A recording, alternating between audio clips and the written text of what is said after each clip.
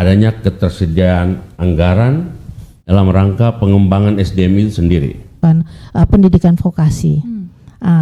Kalau dilihat dari peraturan 106 kewenangan itu, seringkali kita lupa bahwa tidak hanya yang fisik yang tampak ini yang terlihat. Untuk masyarakat mungkin egonya itu kita harus kurangi lah gitu. Iya.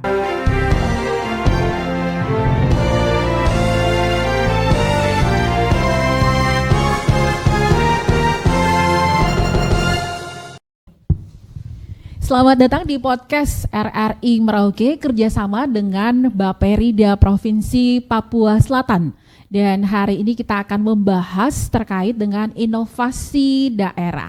Dan sudah hadir selaku staf ahli bidang ekonomi, keuangan dan pembangunan Provinsi Papua Selatan, Bapak Willem Andrew Da Costa SOS MSI. Apa kabar Pak hari ini? Puji Tuhan, hari ini kabarnya baik, Bu. Luar biasa ya.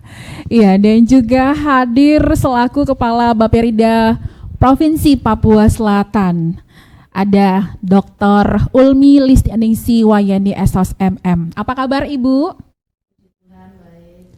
Iya, dan juga hadir Sekretaris Deputi Riset dan Inovasi BRIN.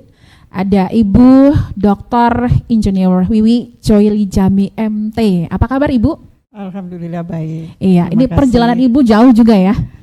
Jauh. Dari Jakarta menuju Iya, ke Merauke. Betul, 7 Iya, jam ya. 7 jam. Lebih jauh ke Papua Dibanding daripada ke Jepang Sama ke Jepang daripada ya. ke Singapura atau ke Australia ya, Bu. Betul, Dan betul. yang terakhir ada Bapak Willem Benedictus Ambarura SSTP dari Pusat Inovasi Daerah BSKDN. Apa kabarnya? Puji Tuhan sehat. Luar biasa ya. Oke.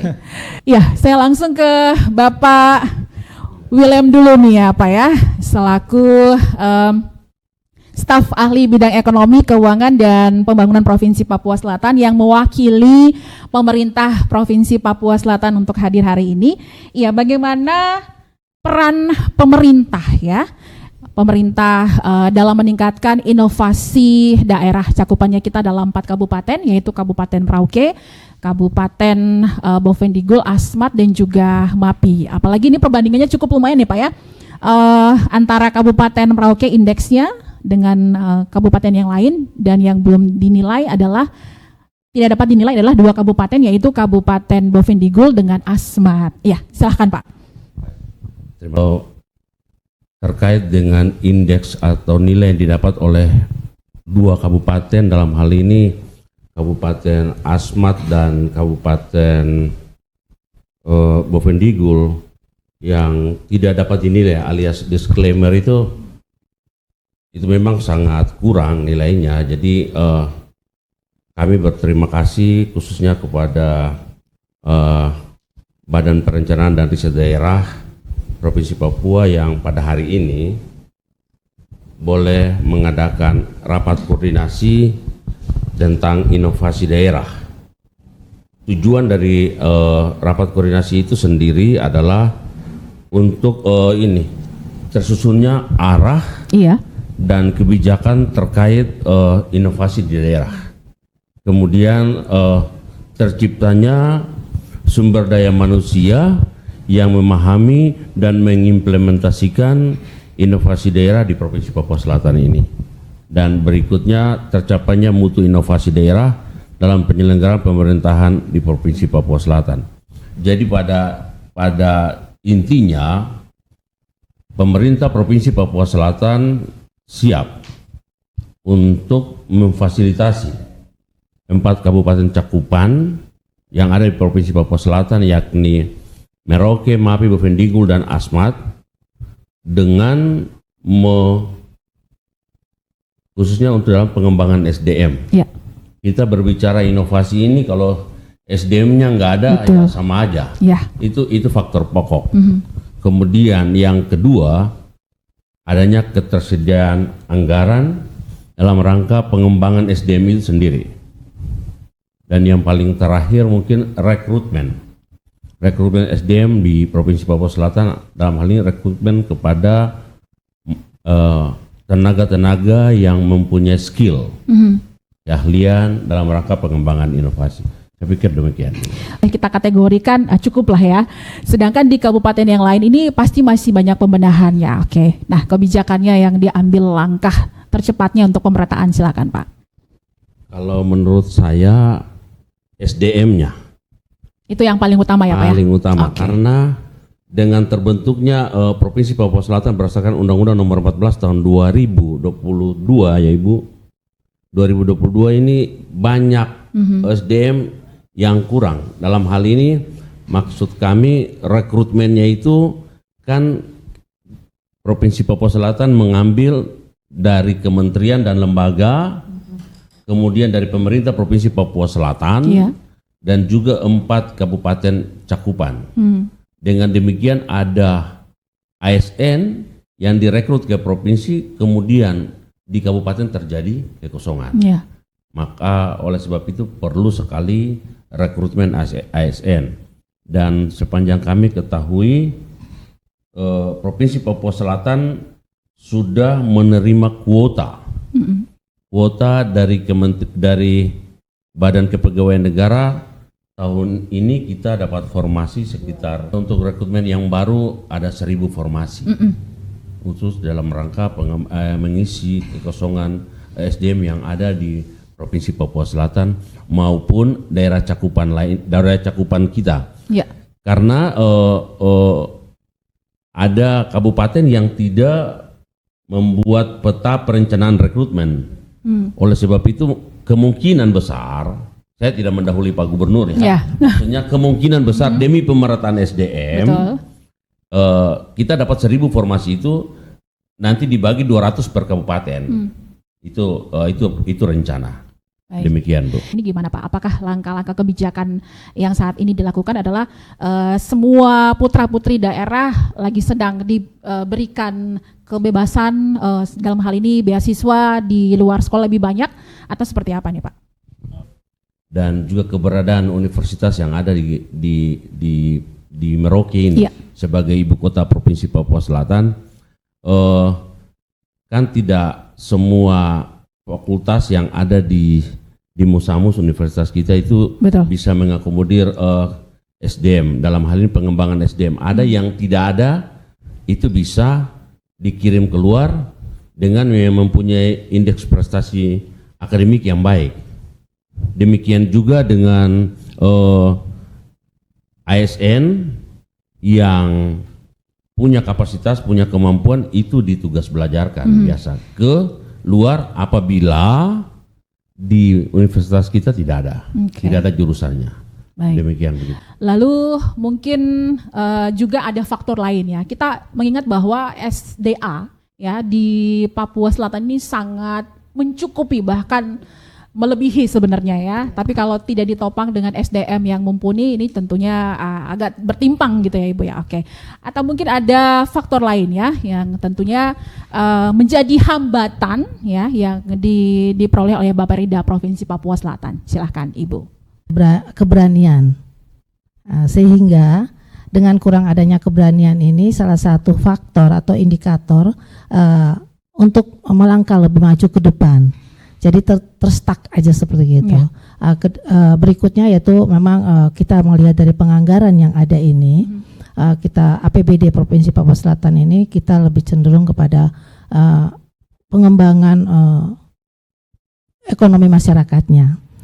Sehingga dengan pengembangan ekonomi masyarakat ini lebih banyak berpikir tentang bagaimana mengatasi stunting, kemiskinan ekstrim, dan bagaimana pengembangan gender itu sendiri seperti apa. Sehingga inovasi ini bergerak dalam konsep yang ada di depan itu yang kita kerjakan dengan mutu dan kualitas yang kemampuan yang ada. Salah satu contoh kita melihat dari kabupaten yang tidak punya nilai, itu juga kita bisa mengukur dari situ. Memang sumber utama itu SDM. SDM itu yang paling prioritas. Di sini kami Papua Selatan melihat bahwa hal-hal ini adalah indikator utama yang tidak bisa mengembangkan jati diri orang per orang maupun kelompok. Kita lakukan gebrakan di mana tahun ini kita lakukan untuk lakukan pendidikan vokasi. Kalau dilihat dari peraturan 106 kewenangan itu, Papua Provinsi khususnya itu hanya menangani sekolah-sekolah luar biasa saja, SLB. Kalau kita bicara SLB, kita di sini kan cuma punya 2 SLB. Iya, betul. Satu di Merauke dan di di Mapi.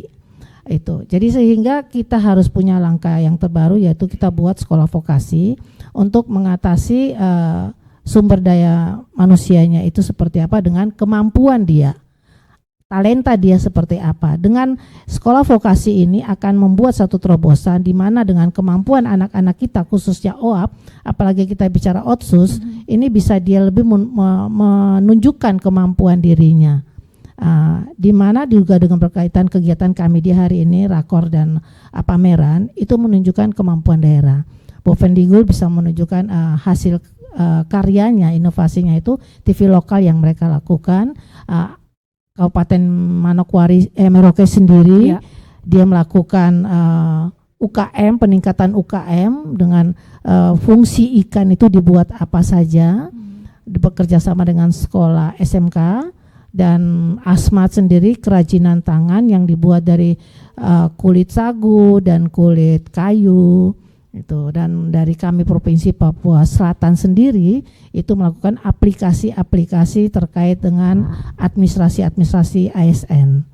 Ini suatu terobosan baru, tapi memang keterbatasan kami alami, yaitu SDM.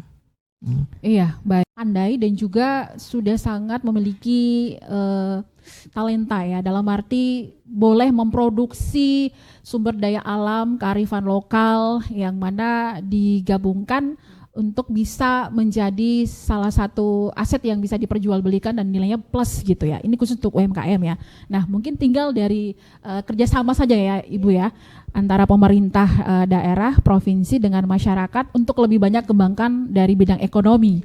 Ya, tapi kembali lagi sih ke pendidikan, SDM kita gitu ya. Iya, jadi kalau mereka bisa berani keluar dari zona nyaman mereka akan melihat tantangan-tantangan baru. Tantangan itu bagian daripada inovasi mereka untuk menggebrak wawasan berpikir mereka. Iya, mungkin salah satunya Ibu lebih banyak juga melibatkan mereka apa ya untuk keluar daerah Merauke dalam kegiatan-kegiatan skala mungkin regional, nasional gitu ya Bu ya. Iya, kalau 2023 Dinas Koperasi UKM sudah melakukan pelatihan atau pendidikan di Malang terkait khusus OAP, mama-mama Papua, untuk diberi pelatihan dan mereka pulang akan menjadi pelatih di sini. Nah, itu 2023 sudah dilakukan dan ditindaklanjuti untuk 2024 ini. Jadi ini sedang bergerak untuk bagaimana mama-mama Papua itu berinovasi dalam kemampuan ilmu yang mereka dapatkan. Iya, ini mewakili 4 kabupaten juga ya? Iya. Baik, Pak Willem dari Pusat Inovasi Daerah BSKDN ya.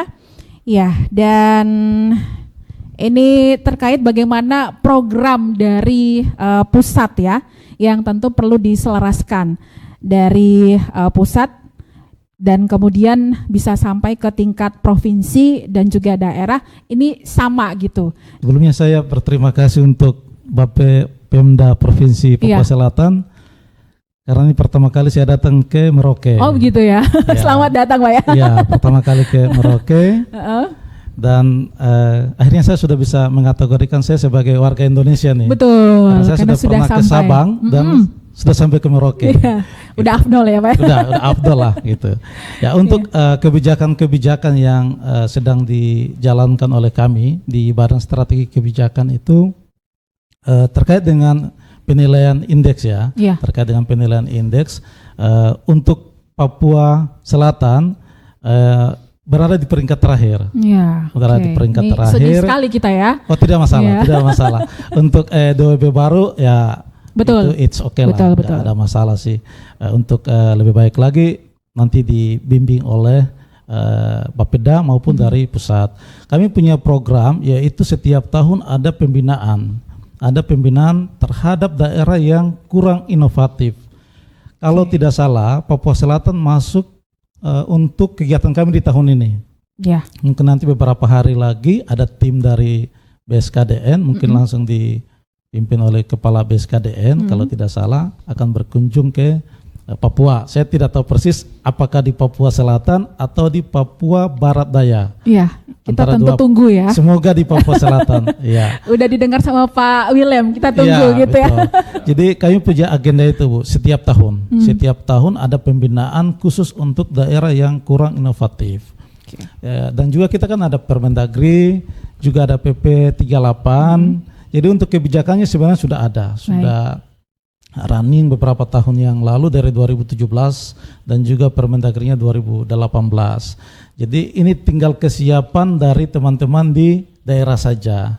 Jadi untuk pedomannya pun cukup jelas, namun untuk Papua Selatan memang jelas DOB daerah otonom baru. Ya, baru mau 2 tahun. Ya, baru walaupun kabupatennya sudah cukup lama ya, Betul. kabupatennya sudah cukup lama, kembali lagi ke kualitas SDM. Ya.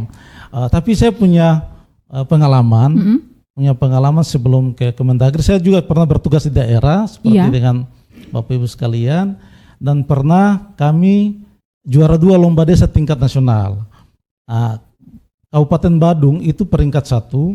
Terus ada waktu itu Bupati Banyuwangi, saat ini Pak Menteri, bertanya kepada Bupati Badung, resepnya apa Pak? Kalau Bapak kan enak-enak saja, kualitas SDM-nya bagus, jadi mau ngapain aja saja tidak masalah. It's okay gitu It's ya. okay. Kalau kami SDM yang terbatas itu agak sulit Pak gitu. Mohon tipsnya. Apa jawabnya?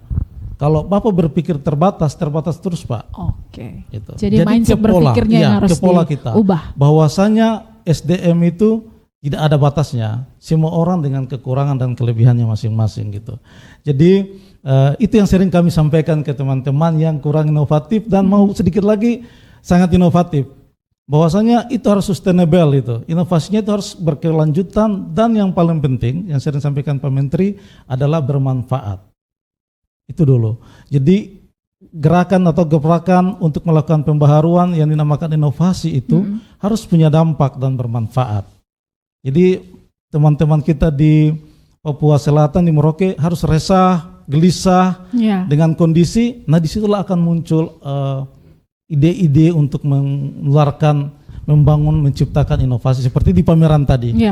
Jadi jangan sampai sebatas pameran saja, terus kita siapin yang bagus-bagus ya gitu ya. Tapi setelah keluar dari sini dia kembali lagi ke ya aktivitas dia sebelumnya. Nanti kalau ada dipanggil lagi baru datang lagi. Baru dipersiapkan lagi. Baru dipersiapkan gitu ya. lagi. Padahal itu bukan yang kita harapkan gitu. Bahwasanya itu harus bermanfaat dan itu menjadi kebutuhan kita setiap hari. Untuk misalnya penyelarasan ya, untuk penyelarasan atau biar terintegrasi dengan baik kebijakan di pusat dengan di daerah, itu memang butuh koordinasi yang rutin, terus gitu, dilakukan, terus continue gitu. ya. Dan menghilangkan ego, itu yang paling penting. Bahwasanya antara ego di daerah dengan di pusat itu harus kita kecilin lagi. Kadang-kala menjadi gitu. miskomunikasi. Betul. Gitu. Untuk masyarakat mungkin egonya itu kita harus kurangi lah gitu. Tidak sampai hilang ya. Manusia tetap harus ada ego untuk membuang semangatnya gitu. Betul. Tapi dikurangilah. Dari Ibu Wiwi selaku Sekretaris Deputi Riset dan Inovasi BRIN ya. Dan tentunya ini terkait dengan sinkronisasi tugas ke daerah dari Badan Riset Inovasi Nasional, biar semua program di pusat itu berjalan searah ya, dari atas ke bawah gitu. Silahkan Ibu. Jadi ada 3 kabupaten tadi yang ditampilkan. Nah, pesan dari pembentukan BRIDA atau Baperida itu sebenarnya sebagai orkestrator, sebagai katakanlah kolaborator seluruh program yang ada di daerah. Dalam arti program yang fokus, ya. Apalagi ini provinsi baru itu sangat potensial untuk mengatur. Kalau provinsi sudah jadi itu lebih sulit diatur ya, karena sudah terlalu banyak variannya. Nah, sedangkan untuk Provinsi Papua Selatan yang relatif baru ini sebenarnya sangat berpotensi untuk dari awal itu mengarah apa yang akan dikembangkan, begitu kan? Disinilah peran orkestrasi itu. Jadi tidak semua harus dikembangkan, tapi fokus mengambil satu. Sebagai contoh, apabila kita akan mengembangkan kearifan lokal ya, atau keanekaragaman hayati, sebagai contoh tadi ada ikan gabus ya, kalau di Jawa namanya ikan gabus. Tadi itu sudah ada produk turunan di tingkat katakanlah masih usaha kecil misalnya gitu ya. Nah, proses inovasi itu berawal dari yang kecil, kemudian menengah, kemudian menjadi besar. Itu semua butuh proses. Ya.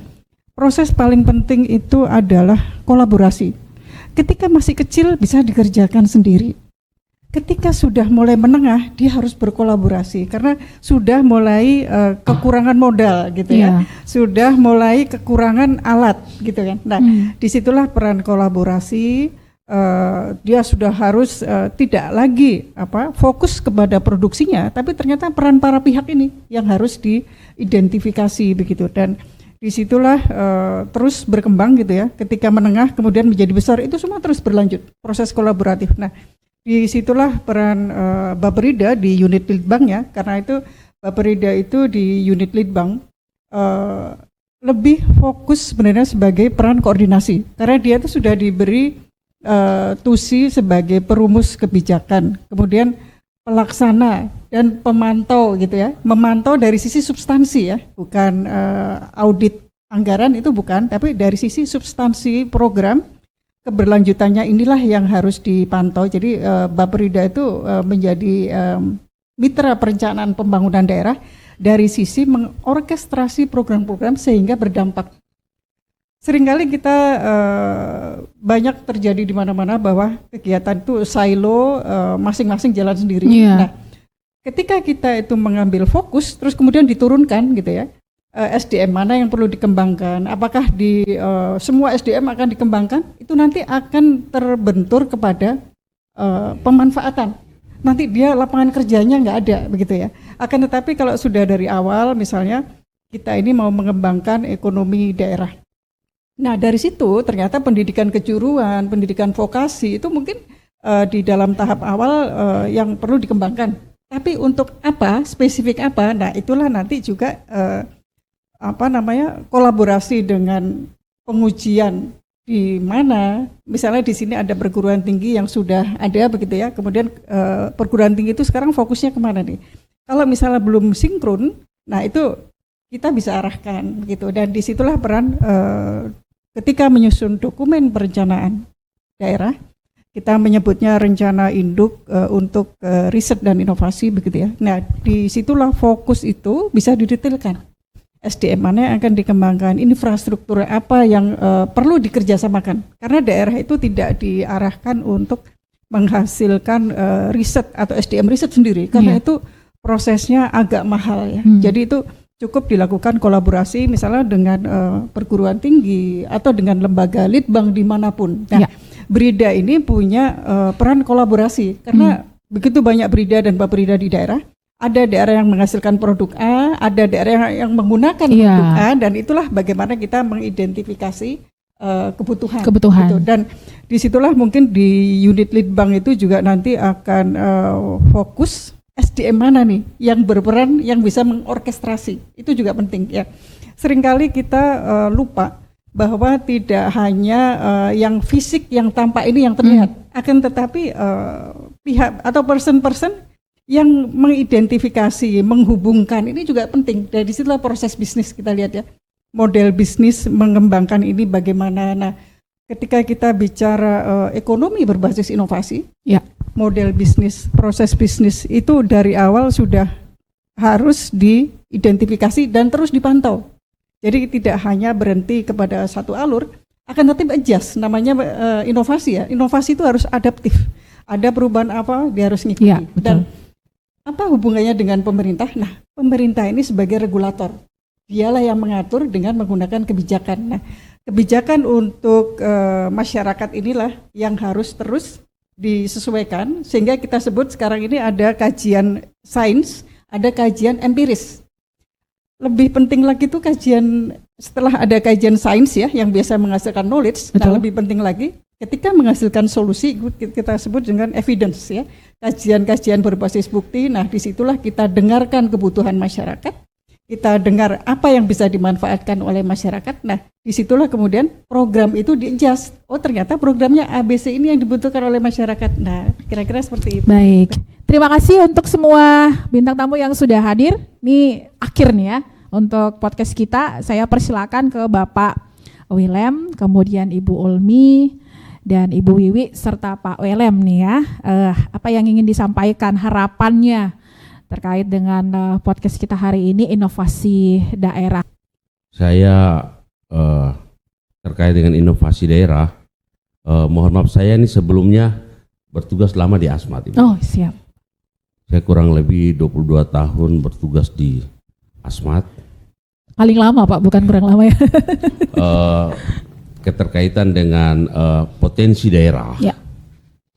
Maka mungkin saya lebih condong kalau di Asmat misalnya fokus kepada pengembangan SDM di bidang kepariwisataan dan juga perikanan. Jadi kita sebagai pemerintah provinsi yang merupakan wakil pemerintah pusat di daerah sebagai fasilitator, dan seperti yang Ibu katakan tadi, kita harus lebih fokus mengembangkan, khususnya mengembangkan SDM itu melihat kepada potensi dari daerah masing-masing. Dengan demikian inovasi kita tuh tetap berjalan terus, tidak stagnan, sustainable untuk dalam rangka peningkatan kesejahteraan dari masyarakat itu sendiri. Saya pikir itu. Baik, terima kasih Pak Willem. Khusus di Baperida bisa ada, kalau tujuan kami lakukan kegiatan ini adalah untuk kolaborasi dan sinkronisasi program terkait inovasi. Jadi harapan kami bisa adanya sinergitas antara kabupaten, khususnya provinsi, kabupaten, dan masyarakat, terlebihnya kepada masyarakat, karena dengan masyarakatlah inovasi itu kita akan dapatkan. Betul. Karena kalau tidak ada masyarakat, kita tidak bisa mengembangkan itu. Dengan menggarisbawahi bahwa kita perlu meningkatkan SDM, khususnya di pendidikan vokasi, itu yang lebih menjadi prioritas untuk pengembangan sumber daya manusianya. Demikian. Baik. Ada 4 hal. Inovasi sendiri itu sebenarnya proses apapun itu semua perlu proses inovasi. Inovasi itu kan artinya ada perubahan yang dimanfaatkan, begitu ya.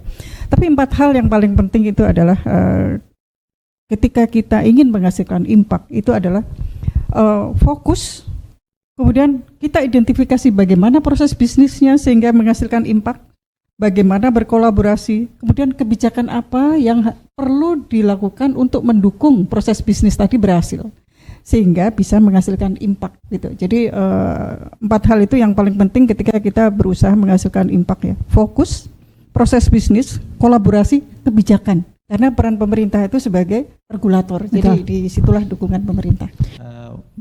Tadi disampaikan oleh Bu Wiwi bahwa dalam setiap perusahaan itu ada inovasi.